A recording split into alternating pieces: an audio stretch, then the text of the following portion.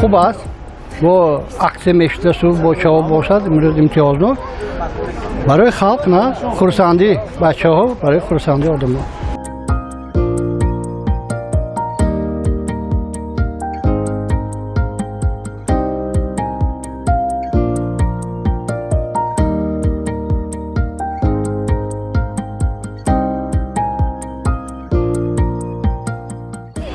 از حساب صفت یخماس باز مزاجانی بسیار داشتند و از جهت لذت مراجنه جای اول را گرفتیم.